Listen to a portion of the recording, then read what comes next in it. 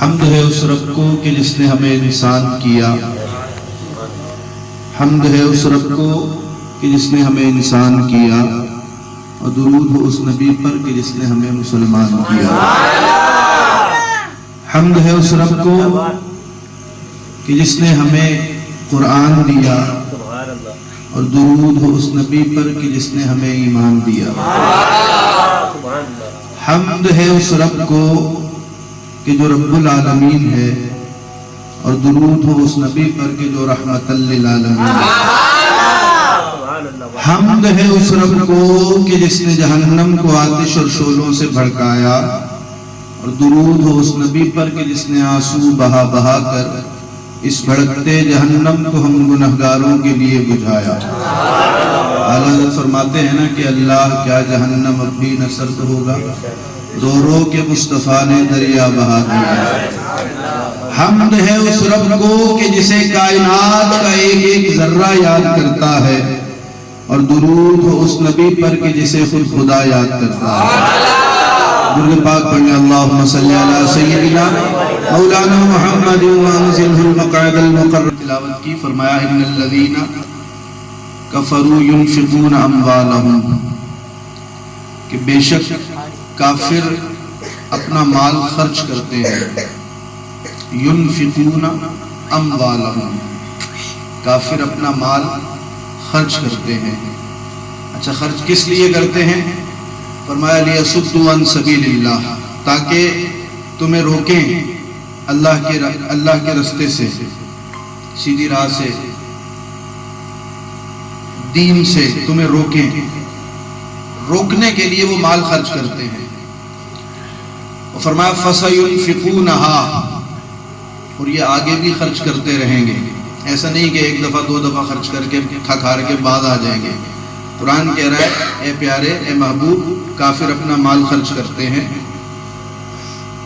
تاکہ تمہیں روکیں ان سبیل اللہ، اللہ کی راہ سے۔ فَسَيُنْفِقُونَهَا، اور یہ آگے بھی خرچ کرتے رہیں گے۔ ثُمَّ تَكُونُ عَلَيْهِمْ حَسْرَةً، یہاں تک کہ ایک وقت آئے گا جب ان کا یہ مال خرچ کرنا ان کے لیے باعث حسرت اور ندامت بن جائے گا۔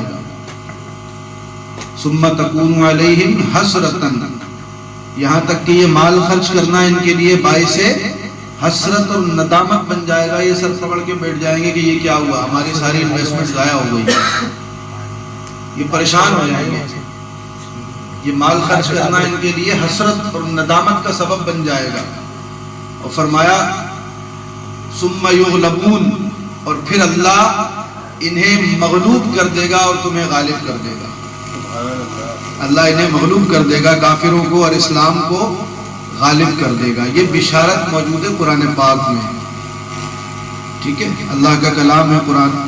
تو آج بظاہر اگر آپ کو مسلمان جو ہے وہ دنیا میں پستا ہوا، کٹتا ہوا، مرتا ہوا نظر آ رہا ہے، لیکن ہمارا ایمان اللہ کے کلام پر ہے، اور اللہ نے یہ بشارت دی ہے کہ ایک وقت آئے گا کہ جب یہ مغلوب ہو جائیں گے اور تم غالب ہو جاؤ گے۔ اسلام کی بلندی، اسلام کا عروج، یہ تو فکس ہے، آنا ہے ایک وقت ایسا۔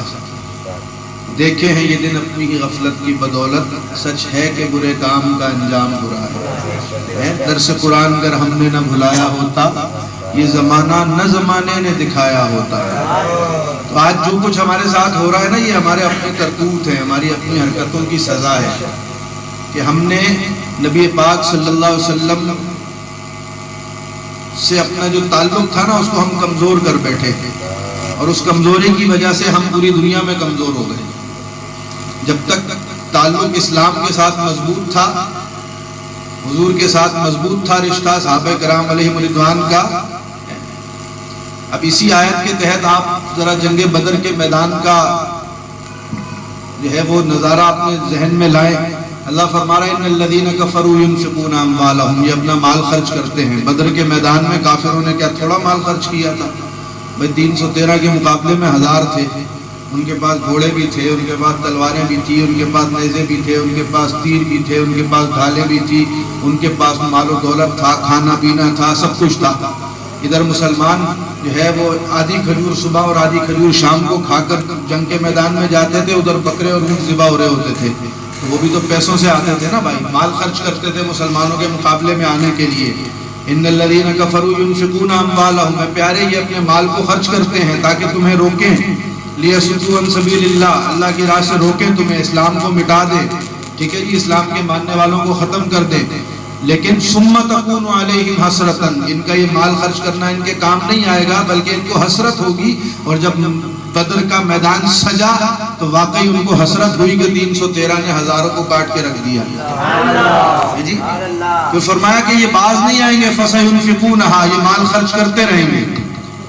پھر حنین کا میدان سجا، وہاں بھی انہوں نے مال خرچ کیا لیکن حسرت، خندق کا میدان سجا، مال خرچ کیا لیکن حسرت، 74 لڑائیاں لڑی، نبی پاک صلی اللہ علیہ وسلم کے ظاہری حیات کا جو دور تھا 74 جنگیں لڑی گئی، تو ہر لڑائی میں انہوں نے پہلے سے بڑھ کر مال خرچ کیا، پہلے سے زیادہ تعداد میں، پہلے سے زیادہ تیاری کر کے سامنے آئے، لیکن ہر دفعہ ثم تکون علیہم حسرۃ، ہے جی، لٹکا ہوا منہ لے کے واپس گئے، مار کھا کے واپس گئے، ہار کے واپس گئے، کیوں نہ جاتے؟ اللہ کا فرمان ہے، فرمایا ثم تکون علیہم حسرۃ، ان کا یہ مال خرچ کرنا ان کے کام نہیں آئے گا، ان کے لیے باعث حسرت ندامت ہو جائے گا۔ لیکن ساتھ میں یہ بھی فرمایا کہ فسینفقونھا، یہ آگے بھی خرچ کرتے رہیں گے، بعض انہوں نے نہیں آنا، کتے کی دم ٹیڑھی کی ٹیڑھی سیدھی نہیں ہوتی، بعض انہوں نے نہیں آنا، بولا یہ آگے بھی مال خرچ کرتے رہیں گے۔ نبی پاک صلی اللہ علیہ وسلم کا دور گزرا، صدیق اکبر کا دور آیا، انہوں نے پھر مال خرچ کیا، صحابہ نے یمامہ کا میدان سجا دیا، ثم تکون علیہم حسرۃ، پھر ان کے لیے حسرت ہو گئی۔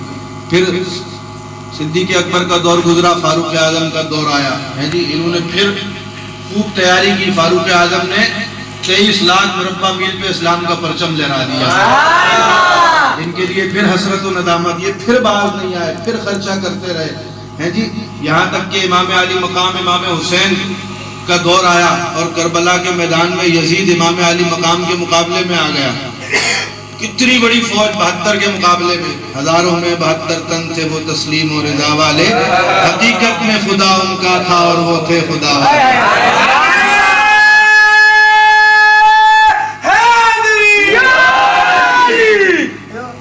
بڑا مال خرچ کیا یزید نے، بڑا مال خرچ کیا، اور بظاہر 72 افراد کو اس نے ختم کر دیا، کتنی شہادتیں ہوئی، امام علی مقام امام حسین بھی شہید ہو گئے، سر مبارک کو تن سے جدا کر کے نیزے پر بلند کیا، کتنا مال خرچ کیا، اور وہ یہ سمجھا کہ میں نے یہ جو مال خرچ کر کے اور اس قافلے کو جو میں نے ختم کیا ہے تو اب اسلام کا نام لینے والا کوئی نہیں ہوگا۔ لیکن اتنی بڑی لڑائی ہونے کے بعد بھی ان کا یہ مال خرچ کرنا ان کے کسی کام نہیں آیا، یزید تھا حسین ہے، یزید تھا حسین ہے، ثم تکون علیہم حسرۃ، یہ مال خرچ کرنا ان کے لیے حسرت ہی رہے گا، بعض پھر بھی نہیں آئیں گے، فرمایا فسینفقونھا، یہ آگے بھی کرتے رہیں گے، یہ آگے بھی کرتے رہیں گے۔ صلیبی جنگیں لڑی گئی، سلطان صلاح الدین ایوبی نے تاریخ کی سب سے طویل لڑائی جو تھی، یہ 100 سال پر جو ہے یہ جاری رہی صلیبی جنگیں جو ہے، لیکن سلطان صلاح الدین ایوبی رحمت اللہ تعالیٰ علیہ نے جو ہے وہ صلیبیوں کو کاٹ کے رکھ دیا، اور ان کا یہ مال خرچ کرنا ان کے کسی کام نہیں آیا، اور وہ باعث حسرت و ندامت ہی رہا ان کے لیے۔ کرتے کرتے کرتے کرتے کرتے کرتے ایک وقت ایسا آیا کہ ایک ملعون، ایک گورنر اٹھا، کافروں کے ٹکڑوں پہ پلنے والا، اور جس نے توہین ناموس رسالت کے قانون کو کالا قانون کہا، کالا گھڑ کہہ دیا، اس پہ پیسہ خرچ ہوا تھا، یہودیوں نے، کافروں نے، اسلام دشمنوں نے پیسہ خرچ کیا تھا، اپنی گود میں پال پوس کے اس کو بڑا کیا تھا، ہے جی، اس کو خوب جو ہے مراعات دی تھی، سہولیات دی تھی، بڑا پیسہ خرچ کیا انہوں نے، اور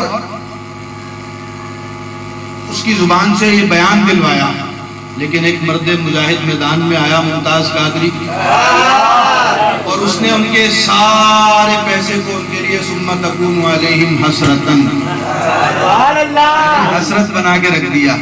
جرت و بہار کیا ہوا جی؟ انہوں نے ممتاز قادری کو پھانسی دے دی، پھانسی دلوا دی۔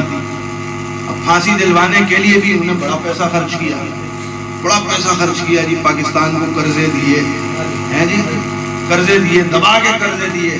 نواز شریف صاحب نے خوب نوٹ جمع کیے اور ان کے کہنے پہ راتوں رات پھانسی دے دی۔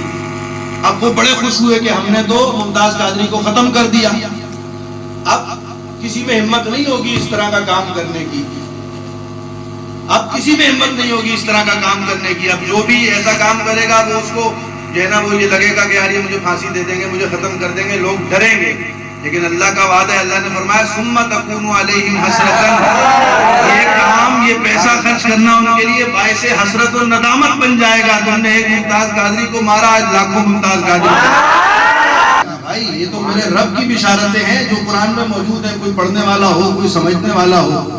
ثم تکون علیہم حسرتن